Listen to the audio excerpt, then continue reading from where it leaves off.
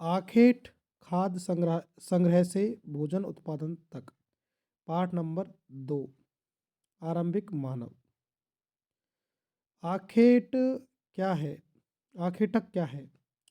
खाद्य संग्राहक समुदाय के लोग एक जगह से दूसरी जगह घूमते रहते थे। ऐसा करने के कई कारण थे। क्यों घूमते थे खाद्य संग्राहक समुदाय? पहला कारण था, अगर वे एक ही जगह पर ज़्यादा दिनों तक रहते तो आस-पास के पौधों, फलों और जानवरों को खाकर समाप्त कर देते थे। इसलिए वो जाया करते थे कि अब वहाँ की वनस्पतियाँ जो आस-पास की हैं वो समाप्त ना हो जाएं। इसलिए वो एक स्थान से दूसरी जगह पर घूमते रहते थे। दूसरा कारण था कि जानवर अपने शिकार के लिए या फिर हिरन मवेशी अपना चारा ढूंढने के लिए एक जगह से दूसरी जगह जाया करते हैं। इसलिए इन जानवरों का शिकार करने वाले लोग भी इनके पीछे पीछे जाया करते थे। ये भी एक कारण था कि लोग जानवरों का पीछा करने के लिए भी एक स्थान से दूसरे स्थान पर जाया करते थे। तीसरा कारण यह है कि पेड़ पौधों, फल फूल अलग अलग मौसम में आते हैं, इसलिए लोग उनकी तलाश में उपयुक्त मौसम के अनुसार अन्य इलाकों में घूमते होंगे। ये अनुमान लगाए जा रहे हैं। झीलों और नदियों के किनारे बसे लोगों को सूखे मौसम में पानी की तलाश में इधर उधर जाना पड़ता होगा। तो सूखे मौसम में पानी तलाश के लिए भी इधर उधर जाते थे। अब पढ़ेंगे हम भीमबेटका के बारे पुरा स्थल के बारे में। भीमबेटका है मध्य प्रदेश में। कहाँ पर है? मध्य प्रदेश में है। इस पुरा स्थल पर गुफाएं व कंदराएं मिली हैं। इसका मतलब यहाँ लोग रहा करते थे। वो उन गुफाओं का और कंदराओं का निर्माण क्यों करते थे? ताकि वो बारिश से, धूप से, हवाओं से राहत मिले।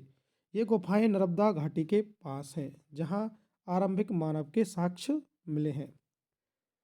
पुरा स्थल उस स्थान को कहते हैं जहाँ औजार, बर्तने, इमारत जैसी वस्तुओं के अवशेष मिलते हैं। ऐसी वस्तुओं का निर्माण लोगों ने अपने लिए किया था। वो अपने यूज में करते थे बहुत साल पहले, तो बाद में वहीं छोड़कर चले गए। तो कभी वो ज़मीन के ऊपर, तो कभी ज़मीन के अंदर, तो कभी कभी समुद्र और नदी के तल में भी पाए जाते हैं। नाम और तिथियाँ। आरंभिक काल को पुरापाषाण काल कहते हैं। यह दो शब्दों से मिलकर बना है। पुरा यानी प्राचीन, पाषाण यानी पत्थर। प्राचीन पत्थर से बना, जिसमें पुरापाषाण काल में पत्थरों से बने औजारों का प्रयोग करते थे लोग, उनका अधिक महत्व था। पुरापाषाण काल जो था लगभग 20 लाख साल पहले से और 12,000 साल पहले तक के बीच में था। मतलब 20 लाख साल पहले से और 12,000 साल पहले तक। इसके 3 पार्ट हैं: आरंभिक, मध्य, उत्तर पुरापाषाण युग।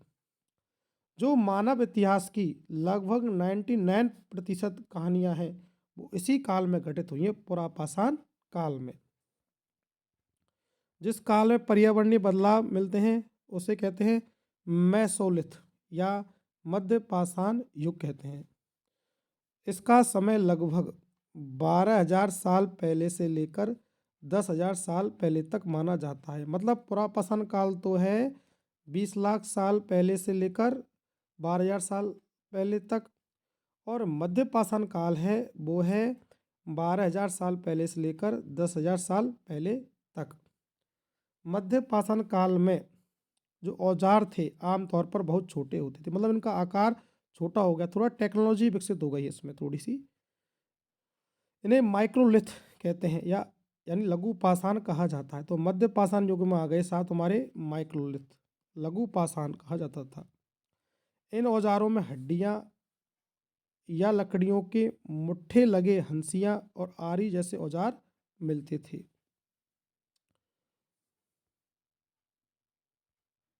साथ साथ पुरापाषाण युग वाले औजार भी इसी दौरान बनाते गए। नवपाषाण युग आज से 10,000 साल पहले। लगभग 12,000 साल पहले जलवायु में अचानक परिवर्तन होने लगा। धीरे धीरे गर्मी बढ़ने लग गई। परिणाम स्वरूप कई क्षेत्रों में घास के मैदान बनने लग गए। जब घास के मैदान बने तो हिरन, बारहसिंगा, भेड़, बकरी, गाय जैसे जानवरों की संख्या भी बढ़ी, जो घास खाकर जिंदा रह सके। मछली भी भोजन का महत्वपूर्ण स्रोत बन गई थी उस समय। खेती और पशुपालन की शुरुआत, फिर धीरे धीरे खेती और पशुपालन की शुरुआत होने लग गई। इसी दौरान उपमहाद्वीप के में मतलब कि 12,000 साल पहले इस लोगों ने गेहूं, जौ, धान जैसे अनाज प्राकृतिक रूप से उगाने लग गए, मतलब खुद उगाने लग गए प्राकृतिक रूप से। गेहूं हुआ, जौ हो गया, धान हो गया। लोग इन अनाजों को खुद पैदा करना सीख लिया होगा। फिर धीरे धीरे कृषक भी बन गए, मतलब प्रॉपर एक फार्मर बन गए, मतलब करना हर साल करना, खेती करना उस अकॉर्डिंग, मतलब सिस्टमेटिक ढंग से।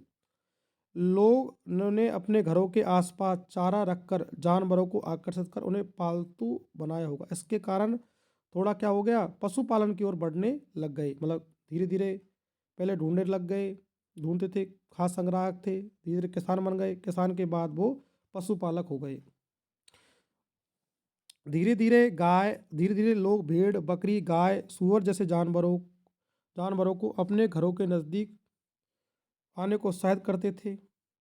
जानवर झुंड में रहते थे, ज़्यादातर घास खाते थे। इस तरह धीरे धीरे वे पशुपालक बन गए होंगे।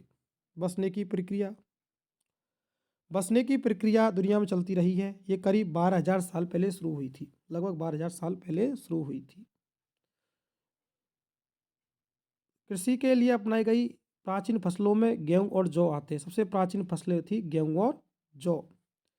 उसी तरह सबसे पहले जो पालतू जानवर पाला गया था वो था कुत्ता, और उसके बाद थी भेड़ और बकरी।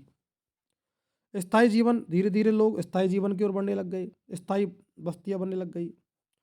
बुरज़ोम जो वर्तमान कश्मीर में है, लोग गड्ढे के नीचे घर बनाते थे, उन्हें गर्ताबास कहते हैं। इनमें उतरने के लिए सीढ़ियाँ भी होती थी, मतलब लोग गड्ढे के नीचे घर बनाते थे, उन्हें गर्ताबास कहा जाता है। उनमें उतरने के लिए सीढ़ियाँ होती थी ताकि लोग ठंड के मौसम में सुरक्षा मिलती रहे। नवपाषाण युग वे औजार भी हैं जिसमें धार को अधिक पैना करने के लिए पॉलिश चढ़ाई जाती थी। धार को अधिक पैना कर दिया था, पॉलिश चढ़ाई जाती थी। और नवपाषाण युग में औखली और मूसल का प्रयोग अनाज और वनस्पति से प्राप्त चीज़ों को पीसने में किया जाता था। औखली और मूसल का प्रयोग बढ़ गया व्यापक रूप से। अब अनाज और वनस्पति से प्राप्त अन्य चीज़ों को पीसने में भी किया जाता था। नवपाषाण युग के पुरास्थल कई प्रकार के मिट्टी के बर्तन भी मिलते हैं। मिट्टी के बर्तन मिलने लग गए। नवपाषाण युग में लोग मिट्टी के बर्तन बनाने लग गए, उन पर अलंकरण करने लग गए, उनमें चीज़ों को रखने लग गए। चावल, गेहूं, दलहन जैसे अनाज अब महत्वपूर्ण हो गए थे। अब लोग कपड़े भी बुनने लग गए नवपाषाण युग में। कपास जैसे आवश्यक पौधे उगाए जा सकते थे, धीरे धीरे कपास जैसे पौधे उगाए जा सकते थे। मेहरगढ़, यह मेहरगढ़ ईरान जाने वाले सबसे महत्वपूर्ण बोलन दर्रे के पास स्थित एक हरा भरा स्थान है, मतलब हरा भरा स्थान है। ईरान के पास बोलन दर्रे के पास है। मेहरगढ़ वह स्थान है जहाँ सर्वप्रथम स्त्री पुरुषों ने गेहूं और जौ उगाया था और भेड़ बकरी पालन सीखा था, जहाँ से जानवरों की हड्डियाँ मिली हैं। मुख्य रूप से हिरन व सूअर की हड्डी मिली है और भेड़ बकरियों की हड्डी भी मिली है। मेहरगढ़ के अलावा यहाँ चौकोर व आयताकार घरों के अवशेष भी मिले हैं। प्रत्येक घर में 4 या उससे ज़्यादा कमरे हैं और जिनमें कुछ संभवतः भंडारण के काम भी आते थे। ये मेहरगढ़ वाले जो लोग थे, मेहरगढ़ में जो लोग रहते थे, वो मृत्यु के बाद जीवन विश्वास करते थे। कब्रों में मृतक के साथ कुछ सामान भी रखे जाते थे। मेहरगढ़ में ऐसी कई कब्रें मिलती हैं, जिनके साथ सामान रखा गया है। एक कब्र में मृतक के साथ एक बकरी को दफनाया गया था। नवपाषाण युग के प्रसिद्ध पुरास्थलों में है एक चाताल हुक तुर्की में। दूर दराज स्थानों से कई चीज़ लाई जाती थी, जैसे सीरिया से लाया गया चमकदार पत्थर, लाल सागर की कोड़ियाँ और भूमध्य सागर की सीपियाँ।